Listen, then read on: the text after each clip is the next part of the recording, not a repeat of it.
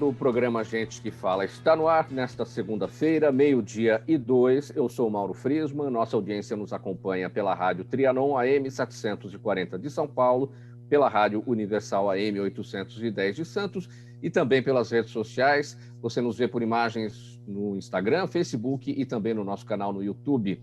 Aquele convite diário para você seguir a gente, curtir, compartilhar os nossos conteúdos e interagir com o programa pelo WhatsApp no 973350038, mais uma vez, 973350038, o WhatsApp do programa Gente que Fala, e nas redes sociais, sempre marcando a hashtag Programa Gente que Fala.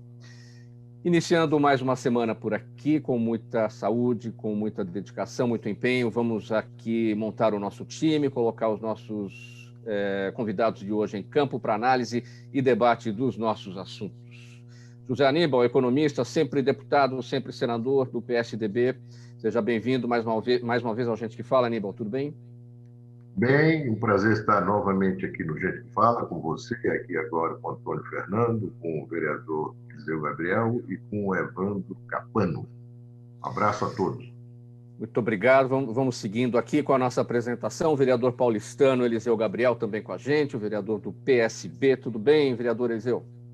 Prazer estar aqui, ansioso para conversar com Antônio Fernando, o Evandro e também com José Aníbal. Um grande abraço a todos e a você também, Mauro. Muito obrigado, vereador. Também com a gente, Antônio Fernando Pinheiro Pedro, advogado, jornalista, editor da revista Ambiente Legal. Pinheiro Pedro, boa tarde, como é que você está?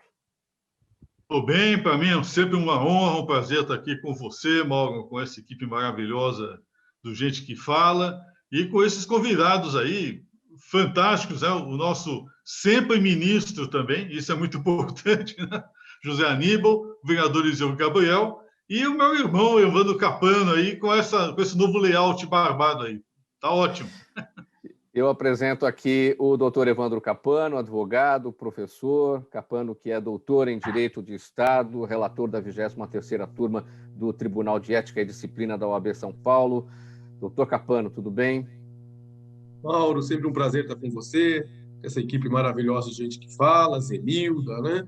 E hoje uma bancada de peso, né? O nosso Zé Aníbal, PSDB, tive a honra de trabalhar, né, sobre a segura orientação dele quando fui chefe de gabinete da Educação de São Paulo, né, ele estava no governo, vereador Eliseu, e, como disse o Antônio Fernando Pinheiro Pedro, meu amigo, meu irmão, de longa caminhada, né, dividimos muito na vida já. Vou aprender muito hoje. Prazer estar com vocês. Muito obrigado. 12:04 agora, antes aqui do nosso primeiro assunto, um recado para a nossa audiência que nos acompanha todos os dias, pelas emissoras e também pelas redes sociais. Toda sexta-feira por aqui, a gente abre espaço para a Polícia Militar do Estado de São Paulo, aqui no Gente que Fala, sempre com o apoio da Federação das Entidades Representativas dos Militares do Estado de São Paulo, a FERMESP, a FERMESP que é presidida pelo coronel Antônio Chiari. E o programa de sexta-feira, essa edição do programa de sexta-feira, programa Gente que Fala, sempre busca mostrar o trabalho da segurança pública aqui no Estado, o trabalho da Polícia Militar, nem sempre valorizada como deveria, portanto, abrimos o nosso espaço no Gente que Fala para mostrar como é feito todo o trabalho da nossa PM. E cabem aqui os nossos cumprimentos ao coronel Antônio Chiari, presidente da FERMESP, que sempre sabe dar importância à sua comunicação. Muito bem, agora 12:06, o nosso primeiro assunto. A maioria dos integrantes da CPI da Covid trabalha para que seus primeiros requerimentos sejam para buscar por material do Ministério Público Federal e do Tribunal de Contas da União e pela convocação dos ex-ministros Eduardo Pazuello, da Saúde, Ernesto Araújo, das Relações Exteriores e Fernando Azevedo, da Defesa. O Tribunal de Contas da União acusa o governo de abuso de poder, alteração de documentos, ineficácia e omissão em um relatório que envolve desde a distribuição do kit Covid até a busca pela chamada imunidade de rebanho. E a primeira reunião da CPI está marcada para a próxima quinta-feira. Muito bem, minha gente, a CPI, que é um instrumento da minoria, a gente acompanhou e debateu aqui no Gente que Fala todo aquele momento lá de o Supremo Tribunal Federal precisou intervir para determinar a instauração da CPI, e a gente vai acompanhar aí de que forma os nossos parlamentares da oposição e os independentes vão tratar a questão do negacionismo do governo federal, como é que isso tudo atrapalhou o combate à pandemia. E vamos ver aí a responsabilidade de cada um a partir desse trabalho da CPI. Aníbal, eu vou usar aquela máxima que todos falam na imprensa, uma CPI a gente sabe como começa, mas não sabe como termina. Pela sua experiência como senador, o que você consegue antever? Olha, primeiro, registrar que é muito importante estarmos aqui num debate, né? Numa conversa. Vamos opinar, tem opiniões que convergem, opiniões que divergem. O Brasil está precisando muito disso, de um ambiente em que realmente a gente possa discutir, confrontar posições, encontrar saídas, não é? Porque como é que nós estamos hoje? Hoje, o mundo chegou a 3 milhões de mortos pela Covid. O Brasil tem 375 mil mortos pela Covid. O Brasil tem 3% da população mundial e tem 12, alguma coisa por cento do número de mortes no mundo. Só isso é um fato que mostra que nós estamos num caminho errado. O Brasil, com todas as suas virtudes, tudo aquilo que acumulou, capacidade de pesquisa, centro de pesquisa, laboratórios, cientistas de renome internacional, médicos da melhor qualidade em todas as áreas, chegamos a mais de 12% das mortes do mundo. Se fizer uma comparação com a Nigéria, que é um país que não tem a mesma população do Brasil, mas é um país muito populoso, um país africano muito populoso, eles conseguiram um trabalho extraordinário. O Brasil, comparativamente à Nigéria, conseguiu um resultado que é uma tragédia. Agora, o mais grave dessa tragédia é que amanhã nós não vamos ter 375 mil, nós vamos ter alguns mil brasileiros e brasileiras mais mortos pela Covid-19. E ainda continua a insanidade de fazer campanha contra a máscara. O Biden, antes de tomar posse, uns dias antes, fez uma fala de uns 4 minutos sobre a importância da máscara. Quantos milhares de vidas ele poupou nessa fala dele? Novo presidente que assumir defendendo a máscara, em qualquer circunstância, usar todo mundo, etc, etc.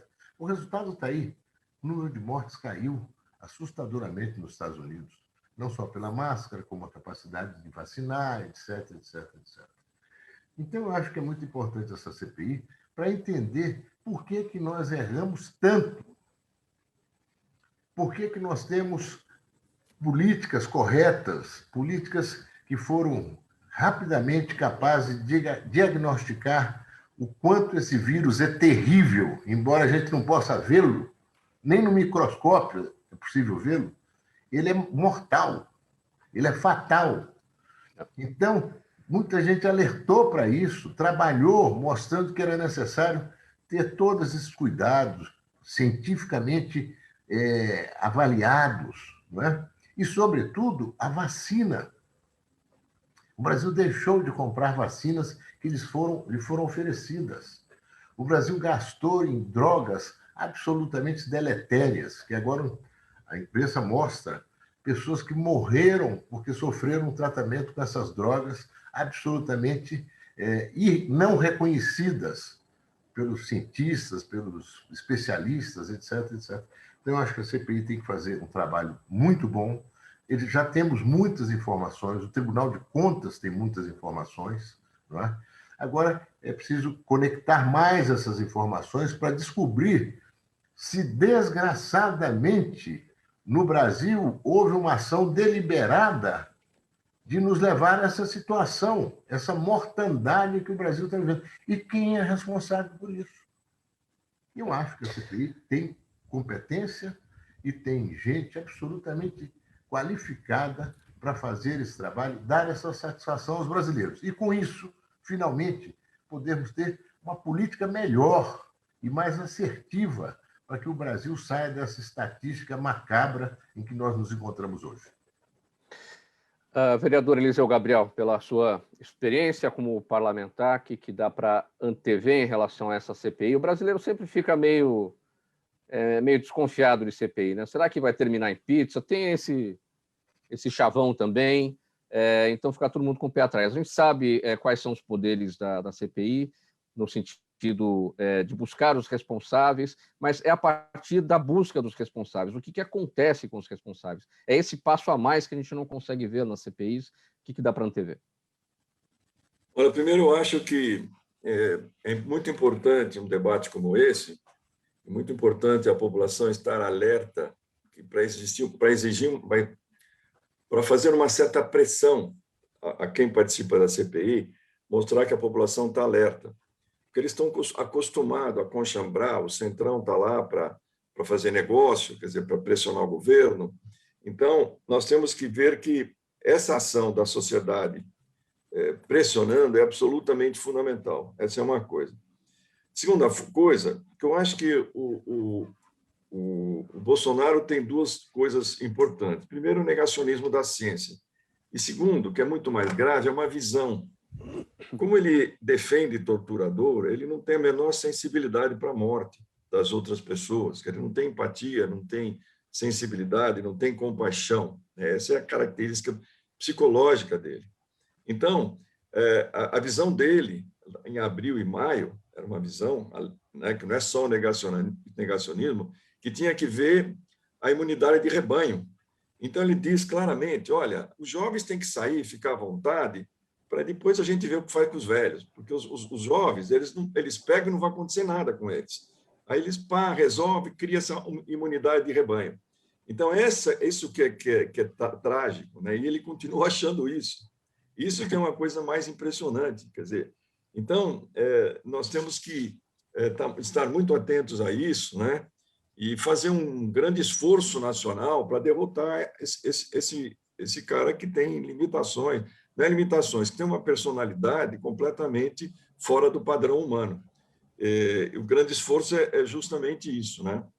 E muita gente também aqui no país, como o Estado Nacional está muito enfraquecido, desmoralizado, muita gente tenta impor a sua visão sobre o papel que ela tem que exercer. Todo mundo acha que ele próprio vai resolver o problema da fome, ele próprio vai resolver o problema da doença, que é só isso, é só fazer aquilo, fazer solidariedade. Não é, tem que ter uma ação efetiva do Estado Nacional. E aí a gente espera que essa CPI tenha desdobramentos, né? Porque se tiver o desdobramento correto, chama-se impeachment ao Bolsonaro. É esse que é o desdobramento que se espera de uma CPI como essa. Essa é a questão, o mínimo que se pode esperar disso. Porque realmente o que eles estão fazendo é matar o povo brasileiro. Está morrendo mais gente do que está nascendo, pela primeira vez na história do Brasil. Então, não tem isso e não para, porque continua, né? Mais de 3 mil mortes, como o Zé Aníbal falou, nós temos menos de 3% da população e quase 13% de mortes, como o Zé Aníbal falou. Então, nós temos que fazer alguma coisa, dar um basta. A questão central hoje é salvar a vida da população brasileira. É isso que nós temos que fazer. Espero que essa CPI tome isso, e para isso precisa ter uma medida política, uma ação política efetiva. Pedro, sua expectativa sobre essa CPI? A gente viu todo o trabalho para que ela fosse instalada.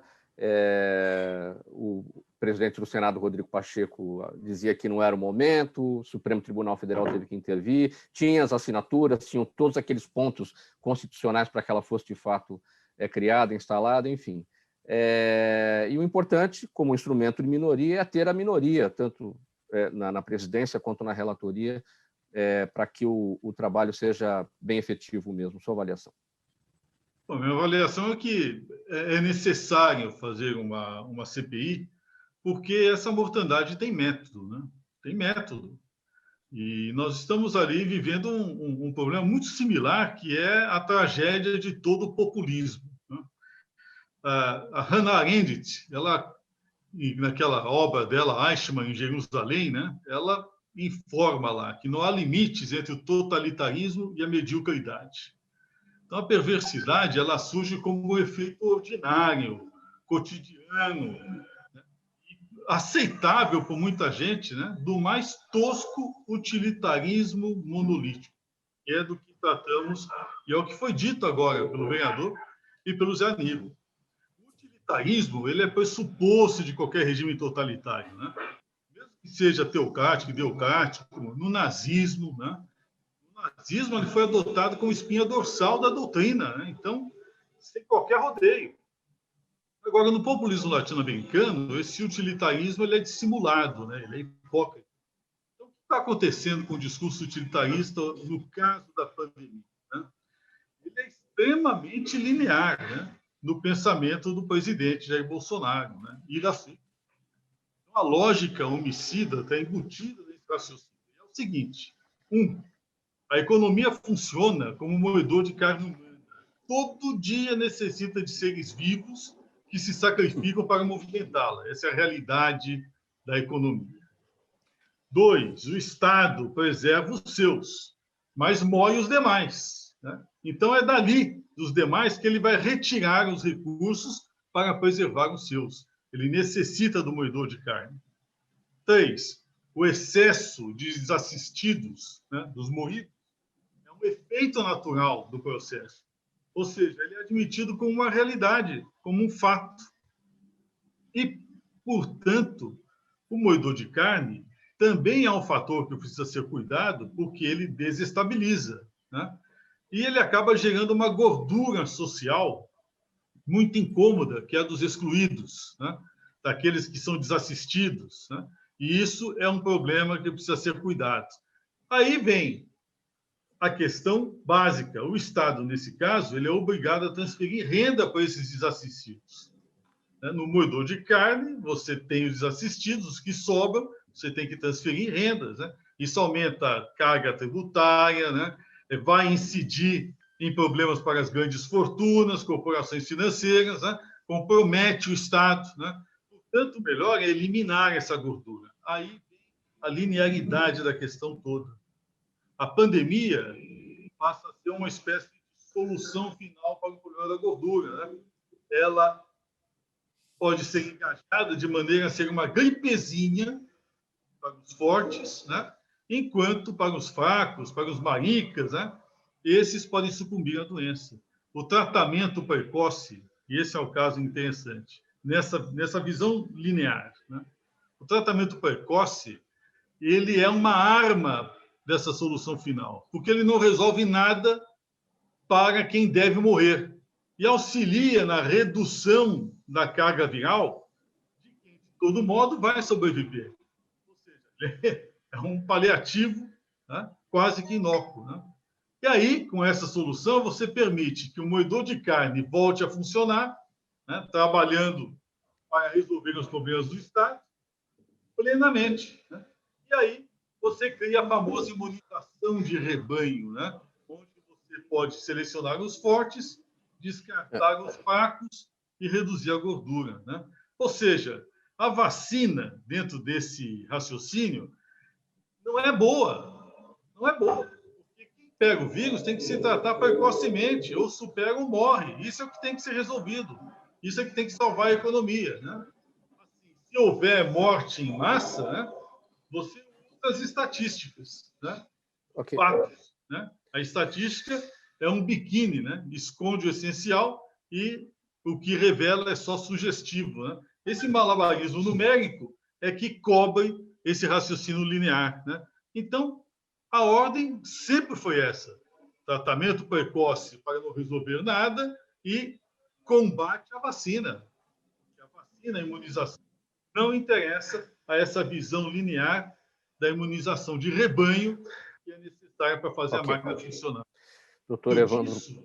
Dentro disso, você tem um problema de responsabilização difícil de ser captado para a grande população, mas que pode ser, sim, pesquisado, investigado num processo parlamentar com todo o cuidado devido. Doutor Capano, seu entendimento sobre essa questão, CPI da Covid? Os que me antecederam já exauriram a matéria, né? E lembrar também, o Antônio Fernando Pinheiro Pedro disse de Hannah Arendt, né? Hannah Arendt também tem uma passagem que ela diz que cidadania é o direito a ter direitos adquirido na participação política, né? De maneira que, como disse o vereador Eliseu, é importante que a comunidade, que a população brasileira acompanhe essa CPI, né? É isso que eu tinha apenas para acrescentar. Obrigado, Mauro. 12h22, você acompanha o programa Gente que Fala, Rádio Trianon AM 740 São Paulo, Rádio Universal AM 810 Santos e também você nos acompanha por imagens das redes sociais, do Instagram, do Facebook e também do nosso canal no YouTube. Pressionado pela comunidade internacional a melhorar a política ambiental, sobretudo para diminuir o desflorestamento na Amazônia, o presidente Jair Bolsonaro se reunirá na próxima quinta-feira com as principais lideranças do mundo na cúpula do meio ambiente promovida pelo presidente dos Estados Unidos, Joe Biden.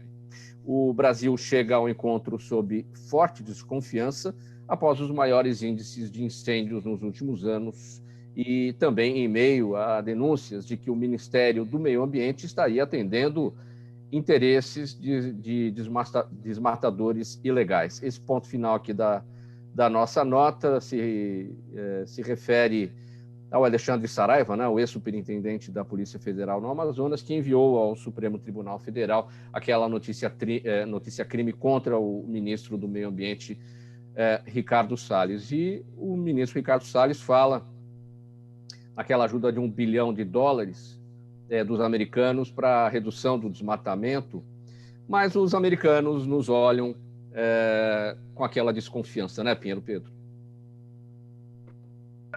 O problema aí, Mauro, você sabe qual é, né? Primeiro, um choque de posições. A gente tem que se lembrar o seguinte, a gente precisa lembrar dos fatos. Os americanos deram um cavalo de pau de 180 graus de um ano para o outro. E já tinham, há 5 anos atrás, dado um cavalo de pau de 180 graus. Quem saiu do Acordo de Paris foram os Estados Unidos. Quem está retornando ao Acordo de Paris são os Estados Unidos. O Brasil, em tese, não saiu do Acordo de Paris. Ameaçou. Ele foi sempre reafirmado desde o início do governo Bolsonaro. O que há nesse ínterim? O que houve foi uma ação dentro do governo Bolsonaro, a partir daquele famoso revogaço no início do governo, que revogou praticamente toda a estrutura de implementação da Política Nacional de Mudanças Climáticas.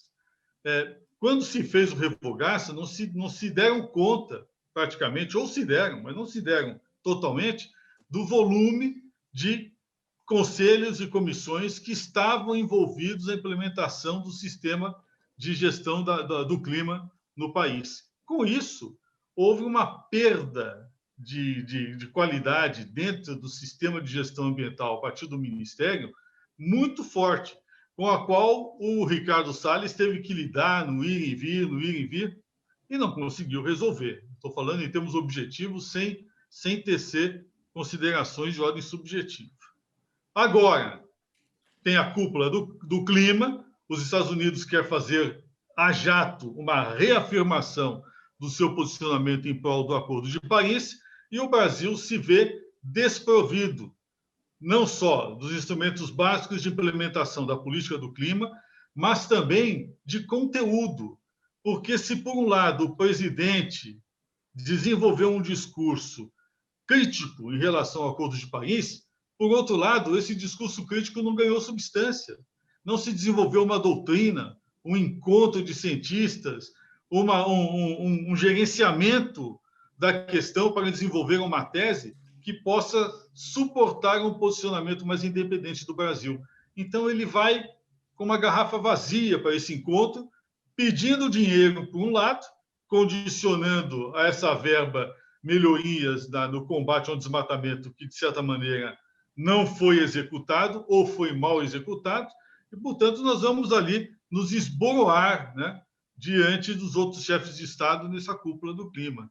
Eu sou muito cético em relação aos resultados desse encontro. O que os americanos vão querer primeiro é resultado, para depois apresentar o dinheiro, evidentemente. Americano nenhum passa cheque em branco, né, Mauro? Aníbal, seu entendimento sobre essa questão aí. Já quinta-feira é a reunião, né? Eu acho que, na prática, eles deram um nó aí na política desse governo com relação a clima, né? Meio ambiente. Um nó vexaminoso. Ele introduziu tanto, associou tanto essa discussão da Amazônia, a questão de soberania nacional, não permitiremos. Ele chegou a ameaçar, inclusive, uma ação militar. É um fanfarrão, falastrão, sujeito que não pode se levar a sério. Aliás, o Gaspar diz ontem, o problema do Bolsonaro é que ele não pode ser levado a sério. No entanto, ele é presidente do Brasil. Bom, o fato é que agora, nessa corrida, estão pedindo dinheiro. Pior do que... É o que eles diziam que não iam fazer nunca, não iam dizer, porque é soberania, agora estão pedindo, são os pedintes, são os miseráveis pedintes. Esse ministro do Meio Ambiente é uma figura patética, é um ignorante, não conhece nada. Aníbal, e o Brasil tem dinheiro, ou tinha o dinheiro, do Fundo da Amazônia, né? Nós temos um fundo da Amazônia que está aí, são bilhões de reais. O maior patrocinador desse fundo é a Noruega. A Noruega, ela quer dominar a Amazônia. Imagina a Noruega está lá, tem hoje 1,5 trilhão de dólares, o fundo do petróleo deles. Todo norueguês tem aposentadoria até para o neto que ele vai ter garantida. Fizeram bom uso do dinheiro do petróleo e estão desenvolvendo ações pelo mundo inteiro. Né? É um país realmente que devia ser um grande parceiro. Eu falei no seu programa outras vezes, esse ministro devia se preocupar em ir lá na Noruega, estabelecer novos, dizer a eles o seguinte, olha, se vocês estão tão interessados nisso, estão contribuindo tão expressivamente para o fundo, por que vocês não separam aí uns 50 bilhões de euros e investem em saneamento no Brasil? Porque negociar uma coisa assim tem que ter essa ousadia hoje no mundo, ainda mais agora com a pandemia, mais ousadia. Né? No entanto, ficou nessa briga rasteira, soberania. Todo mundo sabe que a soberania sobre a Amazônia é do Brasil. Ponto. Acabou. Faz 5 séculos, 4 séculos. Né? Agora, se presta esse papel miserável de ficar pedindo dinheiro americano, como disse o Antônio Fernando, não vai dar um tostão. Se não tiver tudo no papel, claro, etc., etc., o Brasil vai passar mais um vexame nessa matéria. 12h29, programa Gente que Fala, Rádio Trianon AM 740 São Paulo, Universal AM 810 Santos. A gente vai para um intervalo e, na volta, a gente vai tratar sobre a 10ª Semana da Leitura, que foi realizada aqui na capital, a partir de uma lei de autoria do vereador Eliseu Gabriel. A gente volta já, um minutinho só. Estratégica de sucesso tem um componente fundamental, o Instituto de Pesquisas Ético, Rápido e Preciso.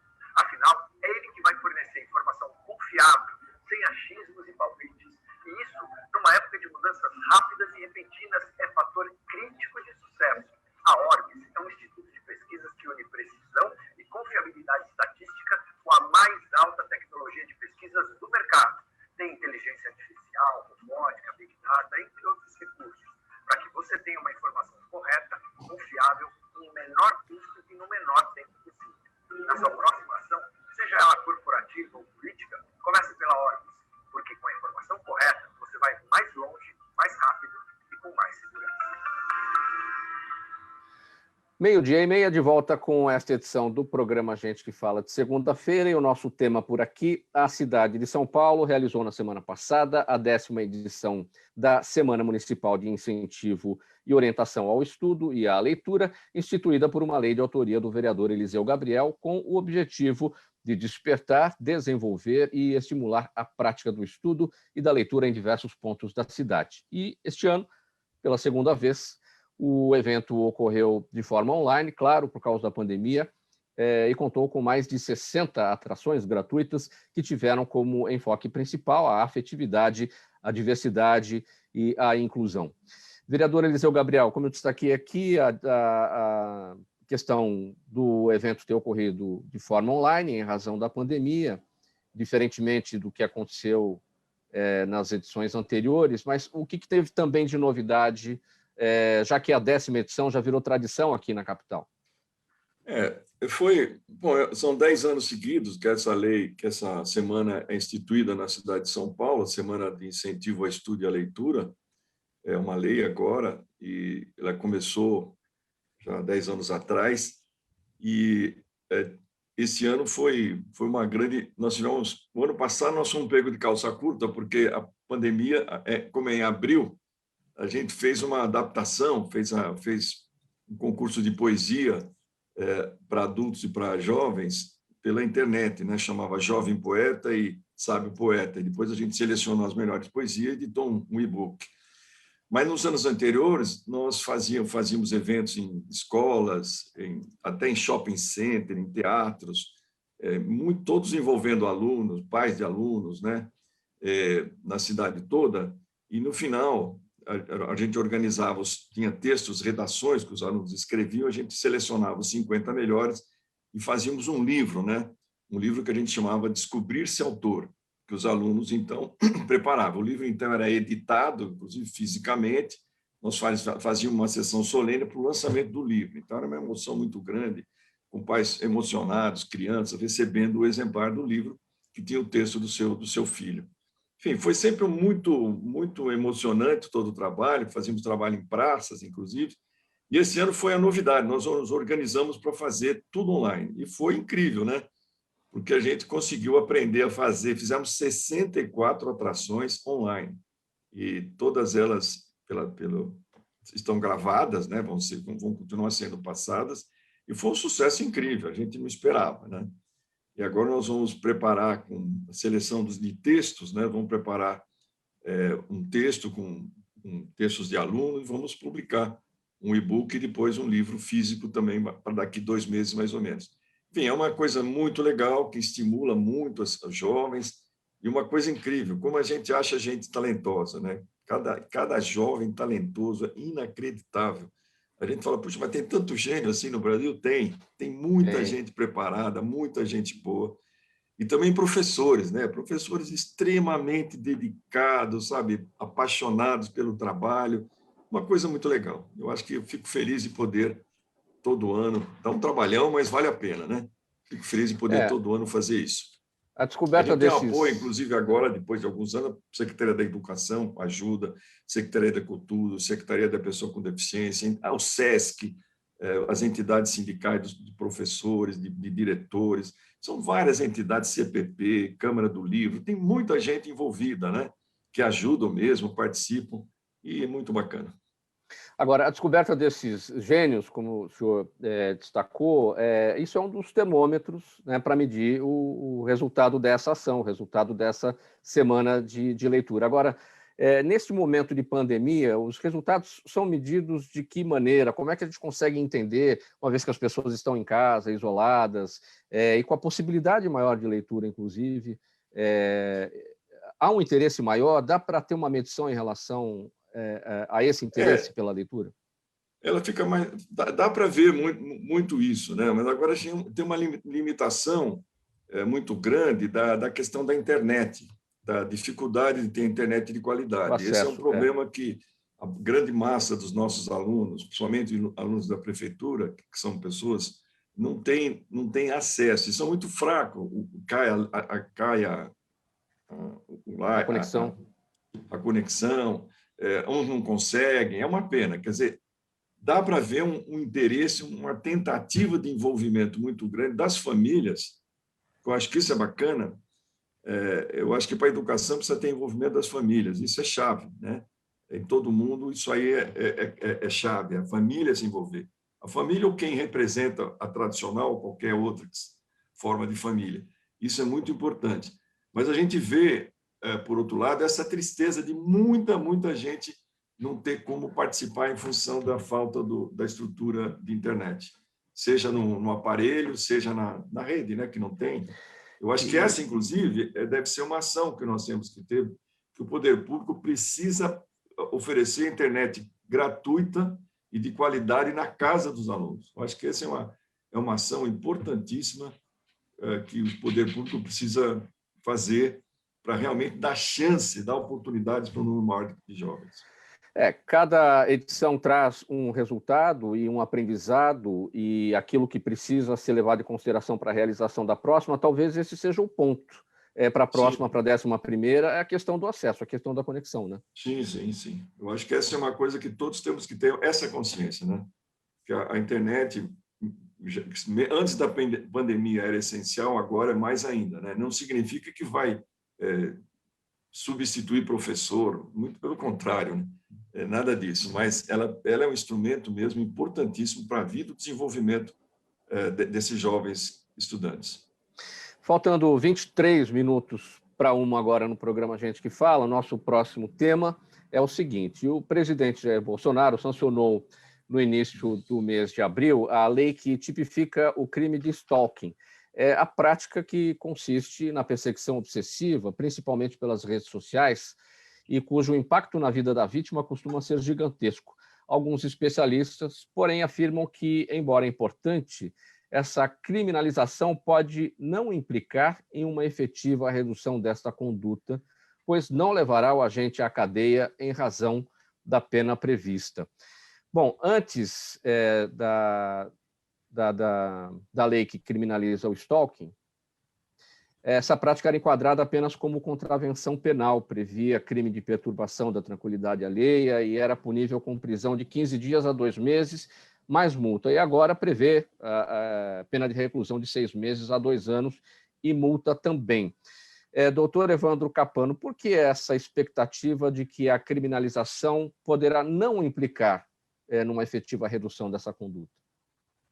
Se a gente tem aqui, a partir da lei, ela deixa de ser uma contravenção, o stalking deixa de ser uma contravenção e passa a ser, de fato, um crime. Em verdade, Mauro, eu não compactuo com os colegas que pensam assim, né? Em verdade, me parece que, justamente como você está expondo, o fato de você criminalizar esta conduta não só, né, traz uma lei a mais, um crime a mais, mas dá uma mensagem à sociedade de que essa conduta ela não é aceita, né? Nós temos um princípio no direito, chama o princípio da fragmentariedade, e me desculpe o ouvinte, né? O Zé Aníbal, o vereador Eliseu são pessoas da política, eu e Antônio Fernando Pinheiro somos pessoas da academia, né? E a gente pensa dentro desse quadrado. Ou seja, desse princípio da fragmentariedade diz o seguinte, que nós vamos enxergando o ordenamento jurídico, né, o meio social, e nós vamos retirando desse meio social as condutas que são as mais perniciosas possíveis e nós a criminalizamos. Ou seja, se dá uma notícia, né, se manda à sociedade em geral, justamente esta mensagem. Olha, esta situação é inconcebível para a gente, tanto que estamos criminalizando esta conduta, né? Era uma contravenção, né, e hoje passa a crime. Veja, Mauro, que se a pessoa for condenada pelo crime de stalking, ela perde prioriedade, né? Se ela estiver sendo processada pelo crime de stalking, ela não poderá se utilizar de outros benefícios, que são a suspensão de processo, acordo de não persecução penal, ou seja, foi um bom andar, né? Hoje, pela primeira vez no Brasil, estamos, portanto, criminalizando a conduta de stalking, que pode ser, desde esta sua afirmação no início aí, né, de alguém que persegue de maneira ostensiva e invadindo, de fato, a liberdade para o mal, né? Como pode ser até aquela conduta da pessoa que todo dia está ali, né? Chega na porta e está perseguindo uma pessoa e ele traz uma caixa de bombom, ele traz uma flor, ele traz um sorriso, mas a pessoa entende, né, que está sendo perseguida porque aonde ela está, a pessoa está atrás, né? Esse seria, assim, não tem só a ameaça, né? Já tive vários casos que nós estudamos de que a pessoa está atrás, está ameaçando, entra na rede social, né? Foi um avanço, Paulo. A lei poderia ter ido mais, né? O legislador brasileiro perdeu a oportunidade de trazer uma coisa que chama-se restraining order, que tem lá, né, nos Estados Unidos da América, em especial, que, veja, hoje, se eu tenho uma pessoa que invade a minha liberdade, que invade o meu plexo de garantias, eu não tenho, a não ser que seja na Lei Maria da Penha, né, e eu peço uma medida protetiva para que ele não chegue perto de mim, né, e aí só protege o gênero feminino, mulher, né, pode acontecer amanhã de um fã do meu senador, Zé Aníbal, começar, né, Deus me livre e guarde, Zé, né, mas a pessoa começar a procurá-lo, e você vê, nós não temos um instrumental jurídico no Brasil para que ele consiga uma ordem, né, de que essa pessoa não mais se aproxime dele ou tudo mais. Para o futuro, e por isso que eu chamei, né, o senador Zé Aníbal, uma pessoa muito articulada, seria interessante que no futuro nós emendássemos a lei para trazer essa medida, né, de restrição contra aqueles que estão perseguindo. Então, não basta, né, só criminalizar, foi um avanço muito bom, mas também ter dado esse instrumental jurídico de, né, que os magistrados poderiam, porque já que o magistrado está adstrito à lei, né, só pode conceder aquilo que está na lei, princípio da legalidade estrita, seria interessante que nós tivéssemos, então, essa previsão na lei de que o magistrado pudesse ordenar, né, que A, B ou C que está perseguindo não, né, possa se aproximar tantos metros, então, exatamente como é pelo mundo aí, né? Não sei o porquê o legislador brasileiro perdeu essa chance. Mas, em geral, Mauro, foi um grande avanço, foi muito bom. Agora, como é que uma pessoa pode entender que ela está sendo vítima de stalking? Ela pode achar que tem alguém por perto, mas não perceber nenhuma gravidade nisso e não entender que existe um crime ali. Qual é o limite para a pessoa entender que ali tem um crime que está sendo cometido? Boa pergunta, Mauro. Bom, primeiro, o legislador, nisso caminhou bem também, deixou essa ação que nós chamamos de pública condicionada, ou seja, a vítima tem que representar, né? Ela tem que se sentir ofendida. E aí, Mauro, a gente conhece, né? Volto a repetir, eu quis passar muito ano passando a voo de pássaro nisso, a gente sabe quando está sendo perseguido, né? Você tem na sua mídia social um sem número de e-mails, volto a repetir, sejam eles agressivos ou não. Você vai fazer uma palestra, nós estamos em pandemia, né? Mas você vai fazer uma palestra, a pessoa está lá. Você chega na sua empresa, no seu trabalho, a pessoa está lá na porta. Você está numa palestra que, né, a pessoa vai na palestra. Então, você sabe que você está sendo perseguido, ela começa a impor a presença dela à sua pessoa, né? Você percebe isso, né? Quem foi vítima desse tipo de conduta percebe imediatamente a invasão da sua liberdade, né? Isso causa, né, Mauro, uma questão psicológica terrível para a vítima, porque a gente começa, né, aquela vítima começa, assim, tudo que acontece, ela começa a debitar naquela pessoa. Então, acontece alguma coisa, especialmente quando é pela internet. Começa, sei lá, a internet deu pau, aí a pessoa que está mexendo na minha internet. A pessoa teve uma ligação sem ID. É aquela pessoa que está fazendo, né? Leva um quadro que pode se desenvolver um quadro de neura contra a pessoa, e a pessoa para de trabalhar, a pessoa para de frequentar os locais, a pessoa para de se comunicar com o restante da sua comunidade, né? Justamente, normalmente, retira Instagram, retira todas as mídias sociais que ela tem, justamente por esse assédio indesejado desse terceiro. Há bom tempo nós criminalizamos essa conduta, né? E, repito, poderíamos ter ido mais, poderíamos ter trazido ordens de restrição contra essa pessoa. Faltando 15 minutos para 1 no programa Gente que Fala, Aníbal, perguntas da nossa audiência por aqui. Eu começo com a Vera Lima, sempre aqui com a gente.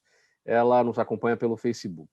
E ela te pergunta, ela diz o seguinte: hoje é dia do índio, e aí te pergunta, há algo a comemorar?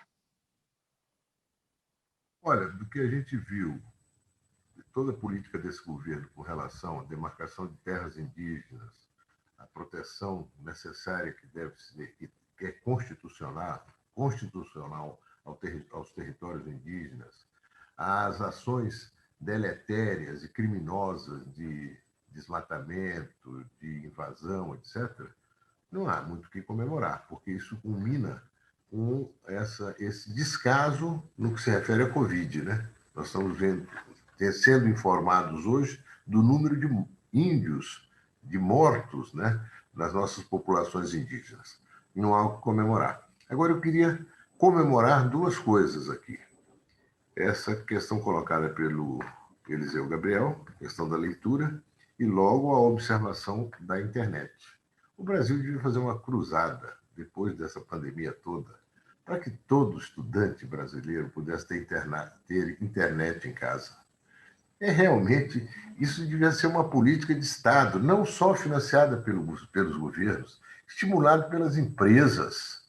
Não é possível que nós vamos continuar desinformando mais uma geração, queimando mais uma geração, sem o acesso ao ensino, à educação, à cultura. Isso é crucial, e a pandemia deixou isso muito evidente. Acentua a desigualdade não ter internet em casa, por mais talentoso e brilhante que seja o garoto. Em segundo lugar, essa questão da lei, que o Evandro comentou muito bem agora, que precisa adicionar a mesma condição que tem na Maria da Penha, de guardar distância daquele que está, enfim, praticando essa atividade criminosa agora. Também pelo Facebook, nossa audiência aqui do Marcelo Sescato, doutor Evandro Capano, ele pergunta se a Lei de Segurança Nacional é um instrumento jurídico necessário para o governo. Mauro, a Lei de Segurança Nacional tem, né, uma problemática, porque sempre que você utiliza instrumental jurídico, você é acusado, né, de ter retornado na ditadura, né? Então, é uma situação difícil. Nós poderíamos melhorar esta Lei de Segurança Nacional. É necessário, sim, né, uma lei que proteja o Estado, né? Mas a atual Lei de Segurança Nacional precisa de uma reforma. Pergunta aqui para o vereador Eliseu. Beatriz Nogueira, também pelo Facebook, ela quer saber como é que anda o seu projeto de lei que isenta pessoas a partir dos 60 anos de idade da tarifa do transporte público municipal. Olha, está em andamento, né? Ele está tramitando na Câmara. Agora, o mais importante que aconteceu, está acontecendo, é a mobilização de vários setores da sociedade para que realmente essa questão volte, né? Porque havia o direito aqui em São Paulo a partir dos 60 anos do passe livre. E, de repente, foi feita uma votação na Câmara, meio que boa parte dos vereadores sequer perceberam, colocado num projeto de lei, um outro projeto de lei, foi colocado um artigo tirando esse direito dos 60 aos 64 anos. E foi votado e virou lei, quer dizer, é um absurdo. Desde lá, nós estamos tentando rever essa situação. Foi feita, inclusive, uma audiência pública muito grande, com mais de 250 entidades relacionadas ao movimento social envolvidas nessa questão. Foi feita uma carta, agora para ser dirigida ao presidente da Câmara, ao prefeito, e estamos pressionando. Quer dizer, nós vimos relatos muito tristes da situação de idosos que sequer conseguem tomar vacina, porque não tem dinheiro para pegar ônibus, relatos assim humilhantes, né, logo depois que foi promulgada essa lei, de pessoas que estavam num ônibus, queriam pegar um ônibus, um idoso, em geral mulheres, né, que trabalham fora, e o motorista dizendo, não, você não pode entrar não, porque a lei não te dá mais direito. Quer dizer, é uma coisa de uma humilhação absurda, e não sei para que fazer isso. É uma economia, sim, uma economia, mas não é tão significativa. É um absurdo que foi feito na Prefeitura de São Paulo e mesmo no governo do Estado, e nós estamos trabalhando muito para reverter isso. Estou otimista, eu acredito que a indignação da população ajuda muito a reverter esse quadro, principalmente que nós estamos numa pandemia. As pessoas estão sem renda, as pessoas estão com dificuldades, até para procurar trabalho, até para ir tomar vacina, como eu falei, levar e até o médico, né? É uma coisa de uma maldade absurda. Ou até para trabalhar, né? Eu conheço gente que tem dificuldade, avulsos, manicures, pessoas que têm que sair de casa, se movimentar, e que tem mais de 60 anos. Conheço uma de 62 anos que vive esse problema. Pedro, a Daniela Neves, nossa audiência pelo Instagram, ela pergunta se o delegado Saraiva foi demitido para não atrapalhar o desmatamento. Ela se refere, claro, ao ex-superintendente da Polícia Federal lá no Amazonas, que pediu a investigação do ministro Ricardo Salles no Supremo Tribunal Federal. Essa discussão do Saraiva aí é muito complicado. Saraiva é um policial conhecido, vibrador, né? Muito Caxias, e foi interessante até ele ter sido posto no Amazonas, né? Porque ele é um sujeito que realmente tem muita dificuldade de relacionamento, né? Mas o problema do Saraiva foi ele ter agido do jeito que deveria ser necessário para atuar em crimes complexos como são esses relacionados a desmatamento, relacionados ao tráfico de madeira, relacionado à mineração. Ele foi posto ali na região amazônica, por outro lado, porque ele é um indivíduo Caxias e era necessário para a Polícia Federal combater os fenômenos criminológicos relacionados à questão ambiental e muito relacionados ao descontrole territorial no território amazônico. Mineração, tráfico de madeira são irmãos, né, do tráfico de animais silvestres, do tráfico de armas e do tráfico de drogas. É tudo intimamente vinculado, né? Então, a ação do Saraiva foi muito importante. O que causou estranheza e o que causou a reação foi o IBAMA ter comparecido para as autuações junto com a Polícia Federal e o próprio diretor do sistema, que é o ministro, e o presidente do IBAMA, comparecerem para fazer reuniões com os autuados, com os investigados, né, praticamente desconsiderando a ação do sistema, né, que estava sendo implementada, né? Então, essa contradição realmente é invencível.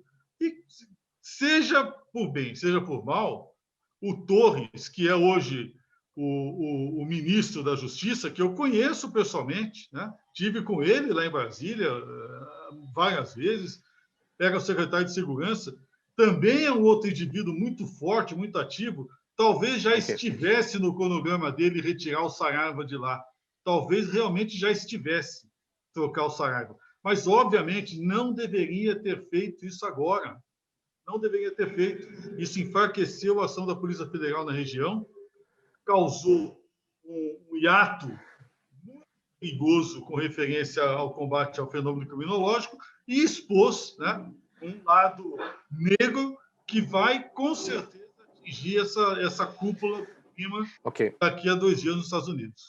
Pessoal, temos mais perguntas da nossa audiência. Eu vou pedir brevidade, que o nosso tempo já está correndo rapidinho aqui.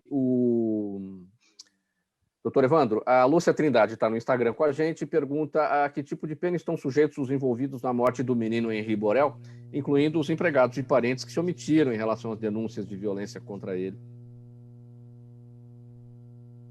Na verdade, a pergunta é muito boa, Mauro. Vai depender aí do enfoque que der o Ministério Público, né? O Ministério Público, que é o dono da ação penal, e vai fazer aquilo que a gente chama de tipificação, né? Ou seja, vai fazer o enquadramento da conduta. Lembrar que o homicídio, né, ele pode ser feito na modalidade comissiva, né, ou por omissão. A omissão a gente responsabiliza quando as pessoas têm a obrigação de garante, ou seja, quando elas tinham a obrigação de agir e não agiram, né? Sim. Se o Ministério Público entender, né, que as pessoas que tinham a obrigação de agir e não agiram assim fizeram, pode incluí-los na ação de denúncia, no caso aí dos empregados e demais. Precisa verificar se existe este liame jurídico de garante ou não. Tá bom, Mauro? Vereador Eliseu, o seu Jaime do Jardim Bonfilholi, todos os dias com a gente aqui participando, quer saber a sua avaliação sobre as obras realizadas no Anhangabaú. E ele pergunta quanto a Prefeitura de São Paulo gastou lá. Olha, aquele dinheiro... Bom, eu acho o seguinte, o Anhangabaú, historicamente, era um lugar maravilhoso, né? Que eu sou bem mais velho que a maioria aqui. Era um lugar lindo, era o cartão postal de São Paulo, né? A reforma que foi feita no governo Jânio Quadros, que foi iniciado, se não me engano, era prefeito, foi um custo absurdo na época, não sei se me falavam coisa de 350 milhões, quer dizer, um absurdo que foi feito para a época, hoje seria muito mais. E ficou aquele grande calçadão lá e esvaziou, vinham lojas, bares, restaurantes, foram esvaziados daquela região, até tinha o Cine Cairo, tudo foi caído. E ficou um lugar ermo, abandonado. Agora, essa reforma não dá ainda para saber se ela é boa ou ruim, porque com essa pandemia a gente não sabe o que vai acontecer. Mas se tiver voltar às atividades ali, bar, lojas, enfim, ter um comércio, aí a coisa pode se levantar. Agora, o custo, se não me engano, ali era um projeto feito já na prefeitura anterior, e com verba de uma verba internacional, segundo me falaram. Então, não foi a prefeitura que tirou o dinheiro do caixa. Essa é a informação que eu tenho, que eu vou conferir. José Aníbal, o Marcos de Pinheiros pergunta qual será a posição da direção do PSDB em relação aos deputados e demais políticos do partido que estão apoiando o governo Bolsonaro. Bem brevemente, que tem mais uma pergunta aqui ainda, que vai ser a última para o Pinheiro Pedro. Bem brevemente, Aníbal. Como vai ser? Não, já é. 2 já saíram recentemente, né? O Sabino, que eu mesmo encaminhei para o Conselho de Ética, e a deputada Mara Rocha, lá do Acre. PSDB é um partido de oposição. Não vai perder sua narrativa de jeito nenhum. Agora, tem ainda parlamentares do PSDB que, em função desse empobrecimento da política do Brasil, só pensam em emendas, em benefícios para as suas comunidades, o que é fundamental, é importante, mas muitas vezes em detrimento das questões nacionais que competem a um deputado federal, um senador, permanentemente estar envolvido com elas e não trocar os seus propósitos programáticos, suas ideias, por emendas. Por último, só dizer que eu acho muito importante que o Anhangabaú rapidamente seja reaberto, porque também é um centro para as pessoas conversarem, de convivência, de cultura, né? De shows, de apresentações, de artistas, enfim, é fundamental que esse centro seja realmente revitalizado e o quanto antes, já foi, no sentido de obra, seja aberto. E aqui a pergunta para o Pinheiro Pedro, Carlos Henrique Lopes com a gente no YouTube. Pinheiro Pedro, ele pergunta o que podemos esperar do encontro do embaixador americano John Kerry com a APIB, Articulação dos Povos Indígenas do Brasil.